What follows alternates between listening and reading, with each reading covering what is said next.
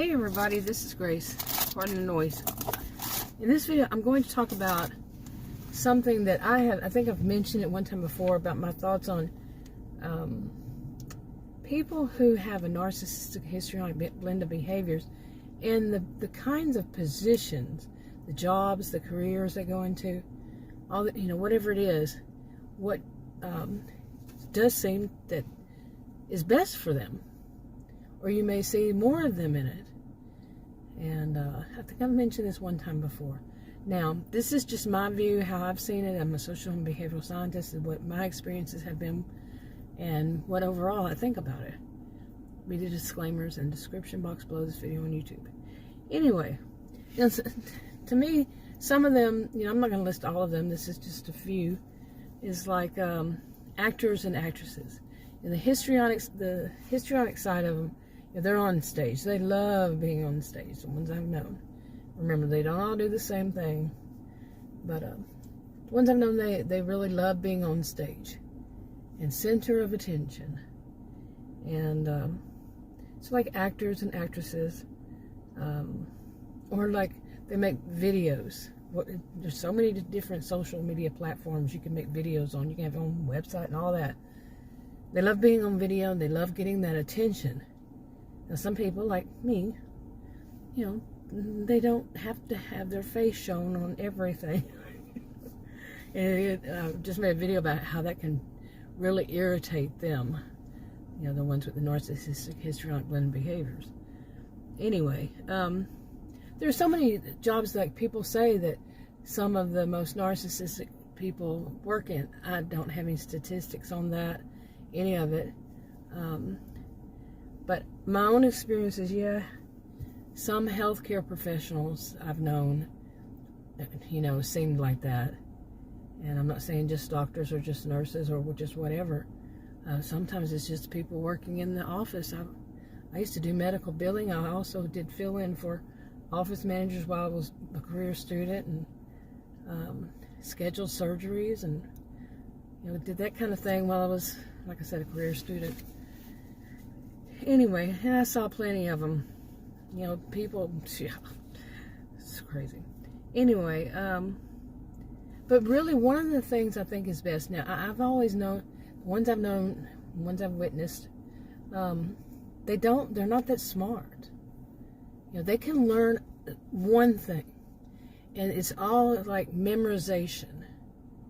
Okay, they can really just focus, and they'll focus on that one thing. But they're not ones to take it beyond that. They can't. What is it? Abstract thinking. They just don't. It's the 1 + 1 is 2.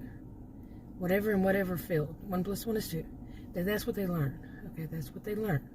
They memorize it. They don't go beyond that.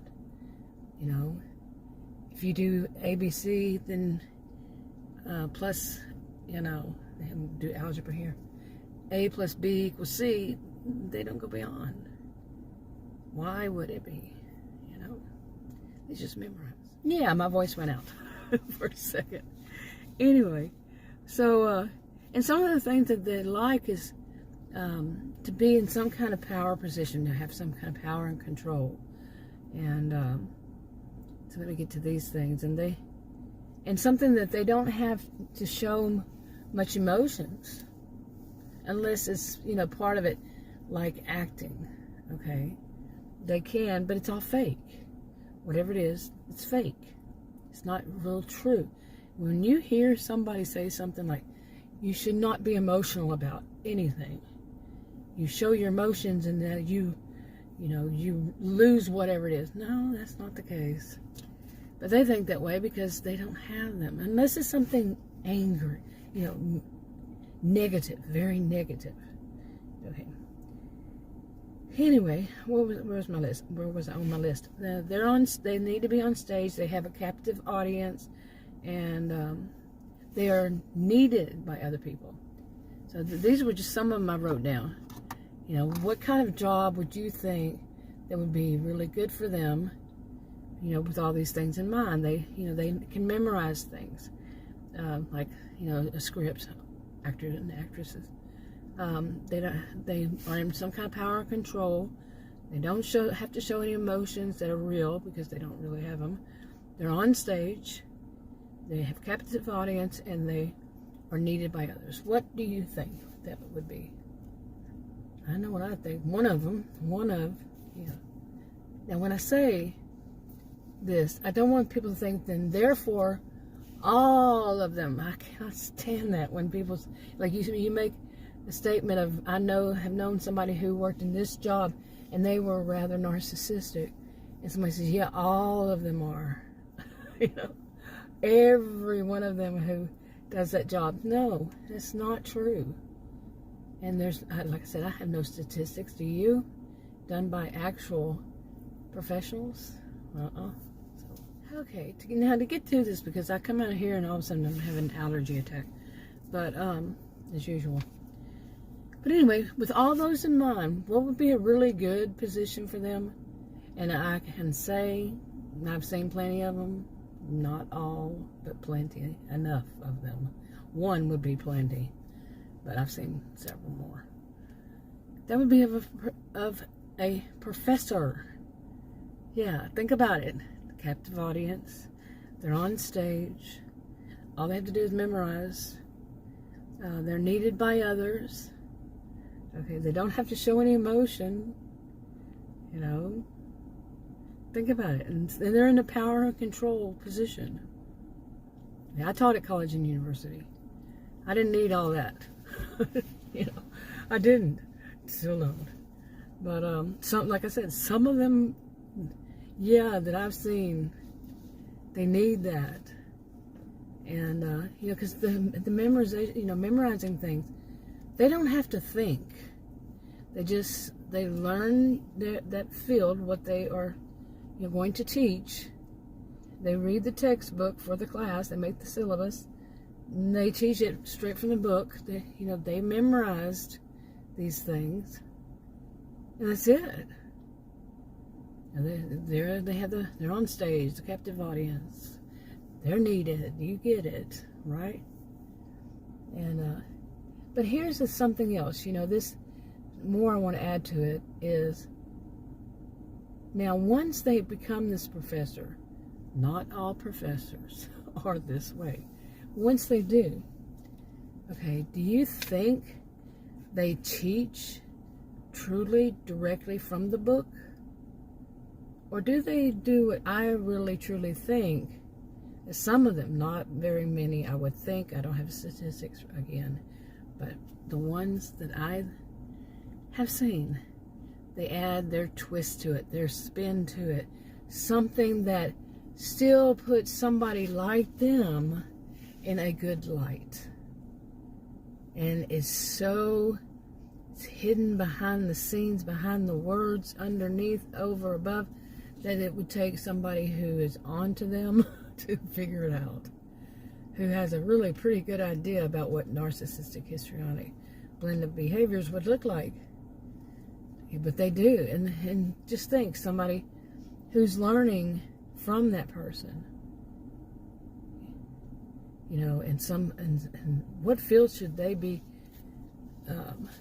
kept out of? Oh my goodness, these allergies. But anyway, to take for example, say it's a male professor who has these narcissistic histrionic blend of behaviors, and say around my age, okay, and has been teaching these classes for years. Well, he remember, not all of them do this. In fact, I've met plenty, but like I said, plenty to me would be one. A few more, okay, but this, he's all that, and then he's also misogynistic. He's sexist. Okay, what kind of bent do you think he's going to put on it? Think about it. Like, if his courses are in sociology, psychology, philosophy, even history, like, I don't know if they're still like this, but a lot of what women and people of color, both, and or both, were basically marginalized. Think that you're in a classroom and you're handwriting notes. I don't think people do that now, but handwriting notes that the professor is, during the lecture, and those things about what women, minority men and all women contributed to history, they were just kind of written in the margin because it's probably not going to be on the test. Seriously, then I grew up with that. I went to university and it was kind of like that. I actually did an important paper on that. Yeah. Take from them what you put in the margins and put it back in the paper. These are the important things too. So anyway, think what a professor who's a misogynistic, narcissistic histrionic, has a narcissistic histrionic blends of behaviors, and is in power and control position and is on stage. What kind of bent would they put on it? Yeah, exactly. You're getting it, right? Very sexist things. Women's roles or this. No. Well, one of my areas of specialization was gender issues, multiculturalism, okay? This kind of thing. But this type would teach this way. Whatever kind of, you could also add in government and law. I had to take some law courses. I'm not a lawyer or any of that, but yeah. In these kinds of fields that they might twist it that way. But at the same time, it's very difficult for me to see that they wouldn't. Okay? There's something in there. Now, how can a university, like I said, this is not going to be most of them, okay? I don't have statistics, but I would not say it as most of them. Because at some point, you have so many people. You have, like if they're what used to be called traditional age students, they have their parents who, when their parents hear this, that professor wouldn't last long. Okay, sometimes, okay, maybe they put warning, this person is, this professor is this and that. You have the, there's just so many people that they would have to sneak through and nobody ever complained. Like I complained about one professor one time, and I still think about this. I did a test. I had a really high GPA, and I did this exam, and he gave me a B, and I said, I didn't miss anything. There was no essay. I didn't miss anything on this test. How can you give me a B? There is nothing wrong with it. I mean, just think if you took a test and you got 100% all correct, all of it, and that teacher gives you, that teacher or professor or whatever, gives you a B, 90, something like that, or 89. I don't know what it would be where you are, so, and you're like, but it's 100%. Anyway, he told me that nobody, absolutely nobody, is perfect, and therefore nobody deserves an A. I don't think he worked there after that.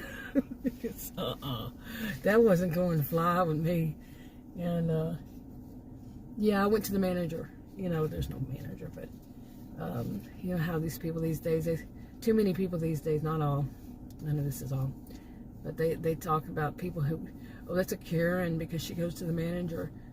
But when somebody's doing something that's affecting you in your life, I'm not giving anybody advice because these crazy people can be crazy. It can be dangerous. And, yeah, but I think he may have gotten fired. Maybe I wasn't the only person who complained. And when you have 100% correct, you deserve 100%. You deserve 100. You deserve an A. Well, it depends on where you, like I said, what kind of university or whatever, their grading system. So, what is that? Now, that to me would be somewhat a professor who is, like I just described, especially the power and control issue. You know, nobody is perfect. I mean, oh my goodness, oh, I could go on. But yeah, you know, I had well enough high enough GPA, and so, you know, what was his goal? To lower anybody who has, they lower it, and I would say yes to some of them, to some. There's that word, some. And it, you know, by the way, it really gets to me when you say, you know, when a person says some or a few, and like I was saying earlier, there's going to be probably at least that one that comes back and says all of them, therefore. Where's the problem with this logic here? Is it logic? Anyway, but that was one of the things I wanted to talk about. And then there's a reason I'll talk about, but I'll get to that later on. Like I said, allergies and all that getting to me. So, enough on this for now. I'll talk to you in another video. Bye.